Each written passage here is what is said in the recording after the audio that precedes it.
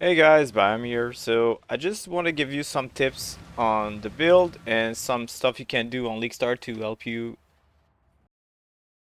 make the build cheaper or navigate through the build without any problem. So the most important part is that whenever you're using shield shard, it scales with the attack speed.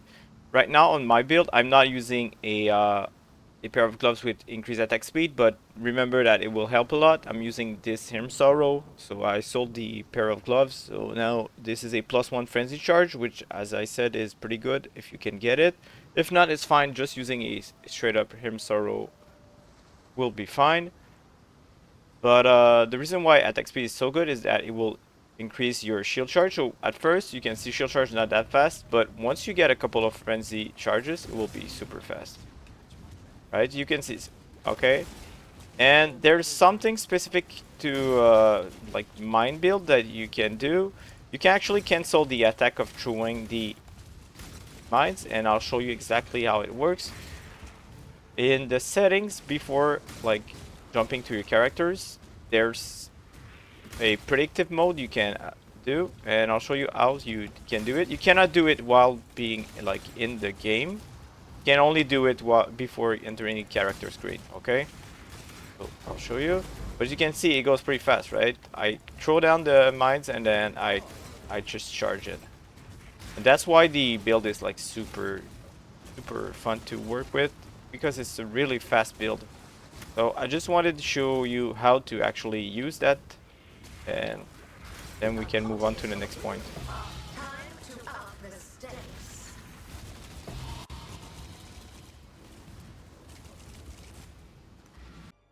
Okay, so when you first open your game, you go into options and then into game.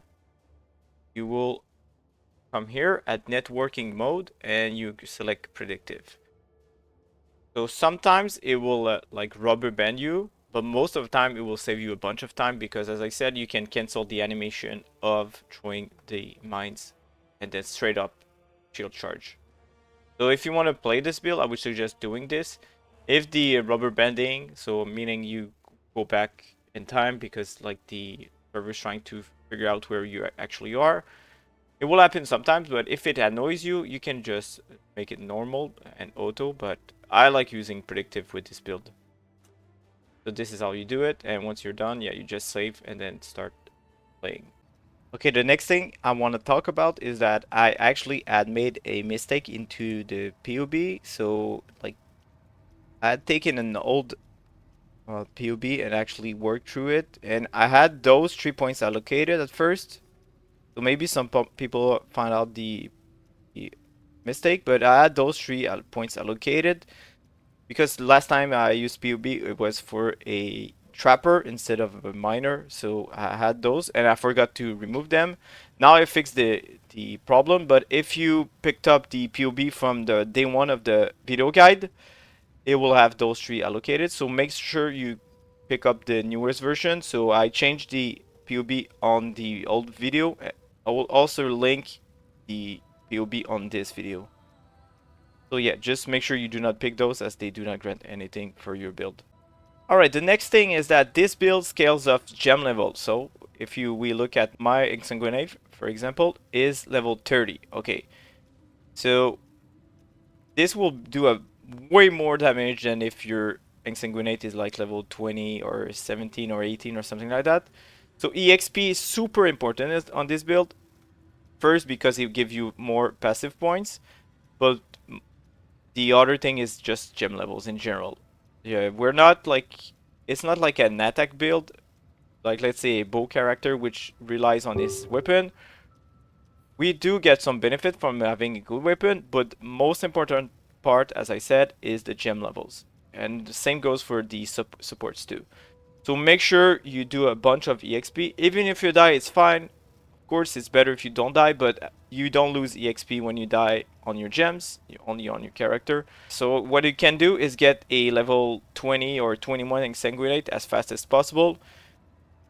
And also, I'll show you another trick of what you can do with your support gems. Alright, next, the another important thing, if you look at my weapon right now, I have a weapon and a shield, which are my main weapon, but in your offhand, you probably know that you can level your gems, and I think a lot of people are actually not using this, and you should.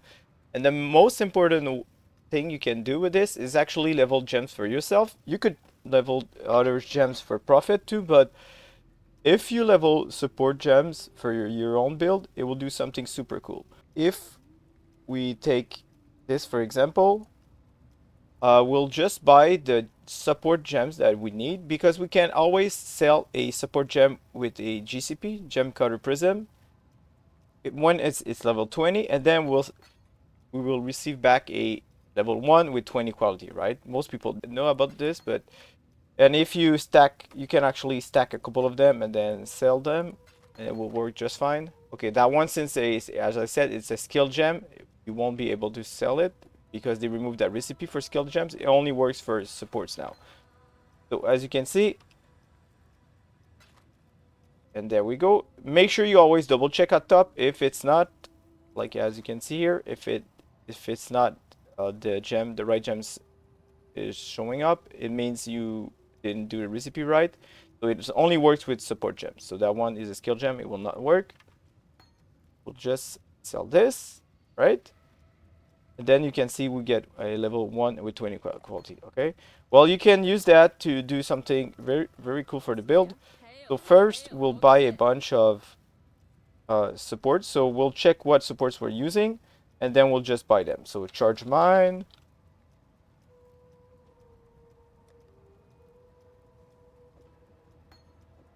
Charge mine, trap in mine.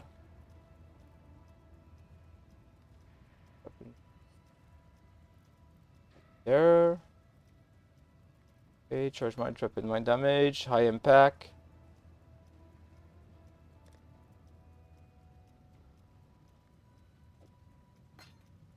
Minefield. And chain, I forgot about chain. Okay, then if you want, you can, since we have like, oh, we'll actually get rid of the gem right now, the chain, because we only have 2 green sockets, so I made a mistake, but it's fine. So maybe we can level another minefield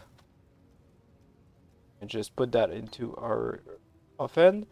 And for the skill gems, we can actually get the Exsanguinate. The red socket will get a Exsanguinate. Remember, as I said, with skill gems, you cannot do the GCP recipe anymore. So the only thing you can get is like get it to level 20. So now that we have our gems, we just equip them.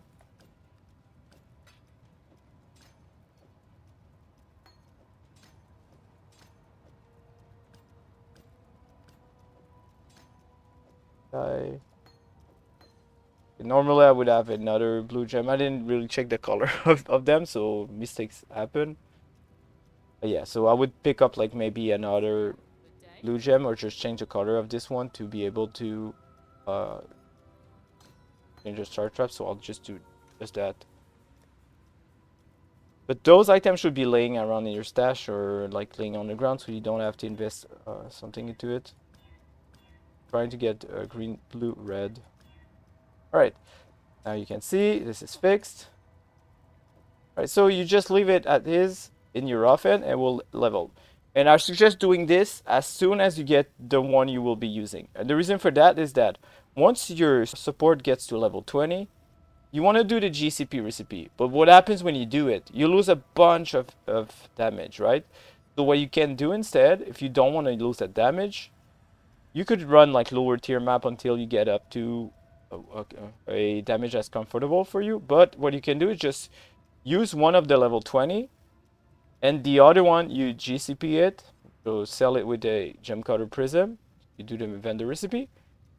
And then once that that gem that you sold in offhand is at level like let's see 16 or 17 or something like that, which catches up to the level 20 without quality, you can swap them over and then do the GCP recipe again.